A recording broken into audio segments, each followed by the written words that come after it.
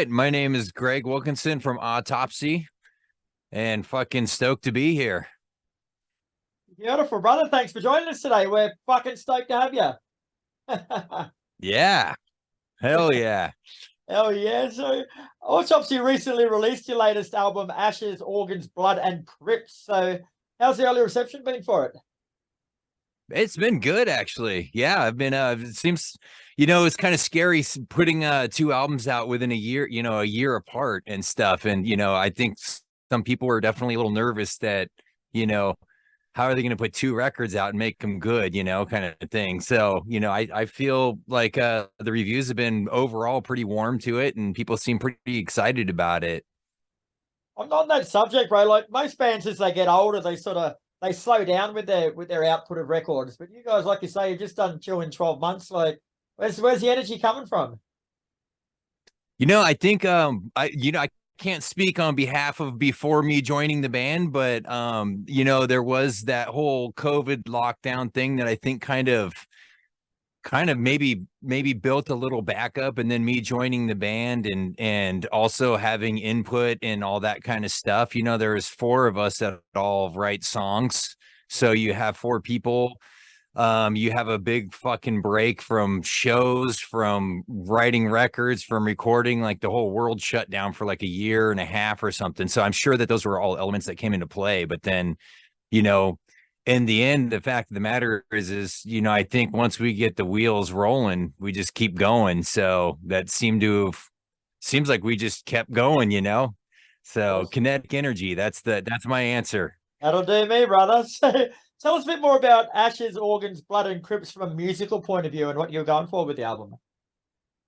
Yeah, I think I kind of feel like there's a on Morbidity Triumphant, I was new to the band and they already had a lot of songs written before me joining and stuff, and then we wrote more together as we got closer to recording and stuff. But it was kind of when I wound up joining the band, it was sort of like I said, there's this kind of backup from not doing stuff for a few years, and then we kind of just jumped in all four on the floor. I think we did 10 shows last year and recorded an album. And so this time around, I feel like there was just this energy that just kept going. Like it was almost like, okay, we recorded an album, we're playing all these shows, it's great, but we still have all this creative input with the new energy of the four of us playing together. And I think that what we were going for on this one was sort of documenting the new energy, and writing an album together, as opposed to finishing an album together, which is sort of the last one. So I think that was kind of what we were going for. I felt like although they gave me free liberty for bass and all that kind of stuff on the last one, this one, I was there from the the floor up writing with them. So I think we all kind of were able to show our strengths and weaknesses. And I think also being able to kind of produce this record ourselves was something that was kind of fun, because we gave us a little more time to work on stuff, in the studio as well, and make sure we're not just trying something out and we got 2 minutes and then say, do we like it or not? Oh, fuck it, throw it away. So that's sort of what we were going for, was just taking that whole momentum that we just built over a year and a half jamming together, and just making another piece of wax. Yeah, very cool. So along those lines, bro, like how does this album differ sonically to Morbidity Triumphant, would you say?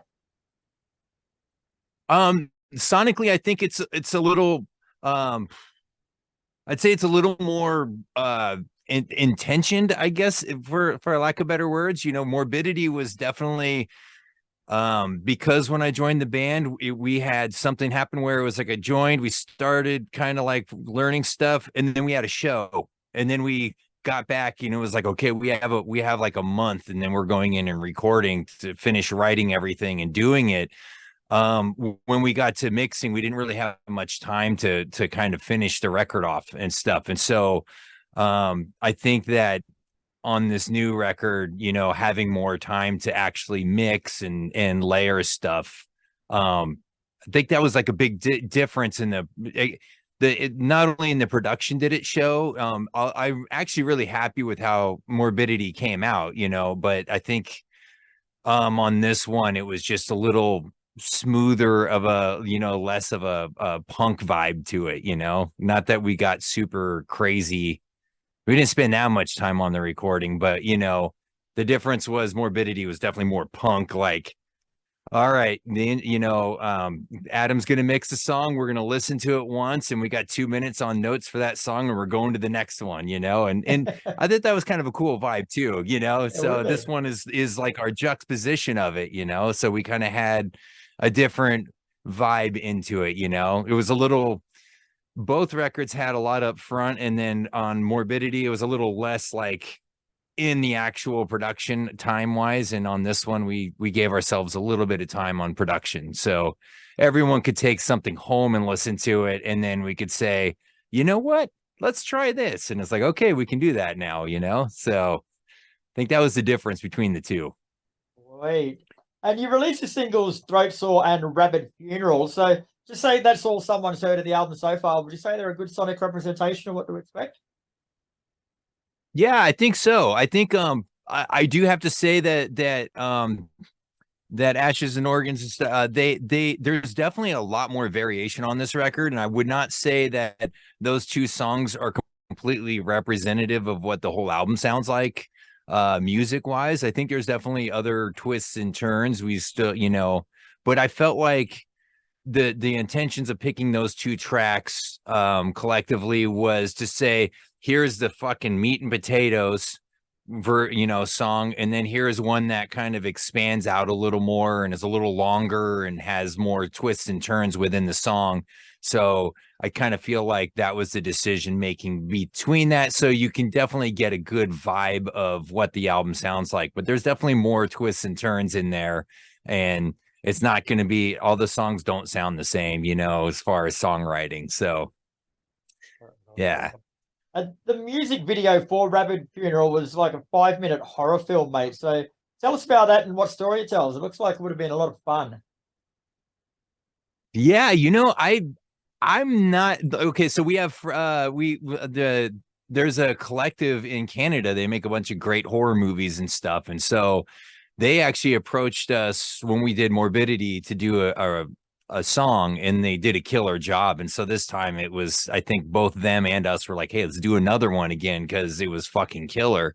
And so there wasn't much dialogue except that we gave them the lyrics and the music, and it was kind of gave them carte blanche to take the lyrics and do what they want with it, you know. And you know, we're not there to oversee and say, you know, what we want, you know, because quite frankly, I think we have full trust in what they're going to do. We know it's going to be fucking sick. So, you know, I think the more input just would probably cloud it and make it weirder and more arduous for everyone. So I think the intentions, I could definitely see some good, you know, old school horror influence and stuff like, you know, Phantasm and different things in it, which is kind of fun. So I think that that's sort of a piece of what they were going for, although, you know, Who who knows? knows? They would know better, you know. But yeah, Rabid Dog is who did the video, and it would be worth checking out their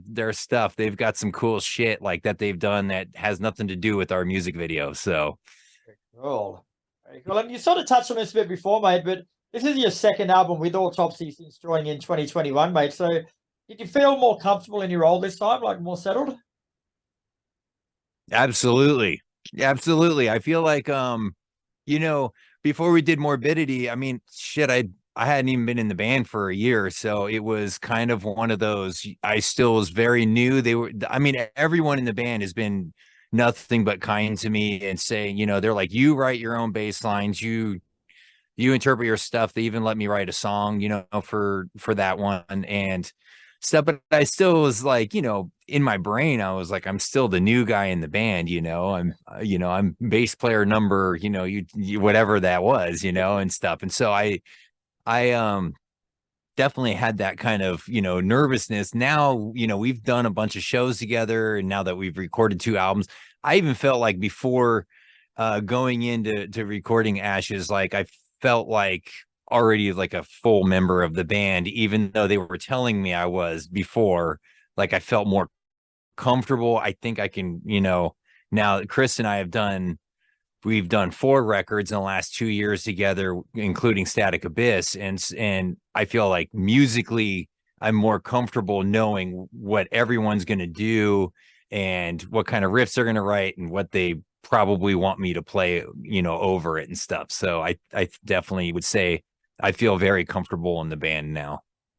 Oh. So how did you actually come to be in the band, mate? Like, have you always been an Autopsy fan, or was it just something that fell in your lap?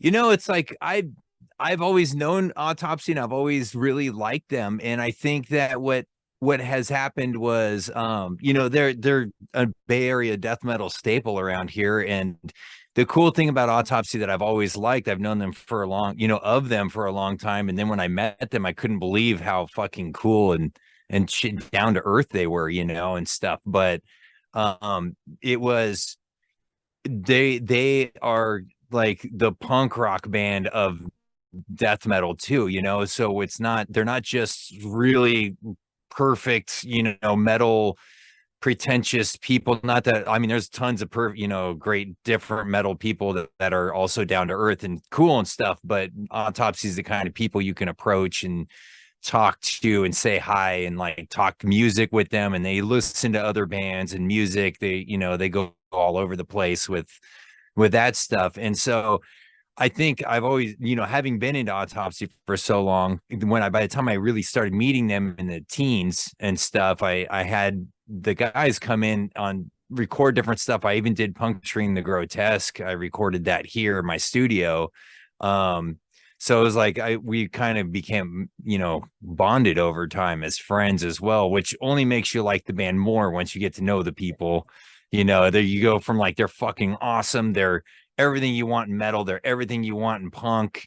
It's everything that I want in extreme music all rolled into one package. They've got the doom, they've got the the death metal, the punk riffs, the solos, the fucking insane vocals, that all the stuff that you're looking for in music. So I think, it was one of those things just over the years, it just became a natural thing for me to just, by the time they asked me to join, I was just like, are you fucking kidding me? I'm absolutely into this, So yeah, it's I feel like most people from the Bay Area, in my age group knows of Autopsy and appreciates them for, many of the reasons I mentioned.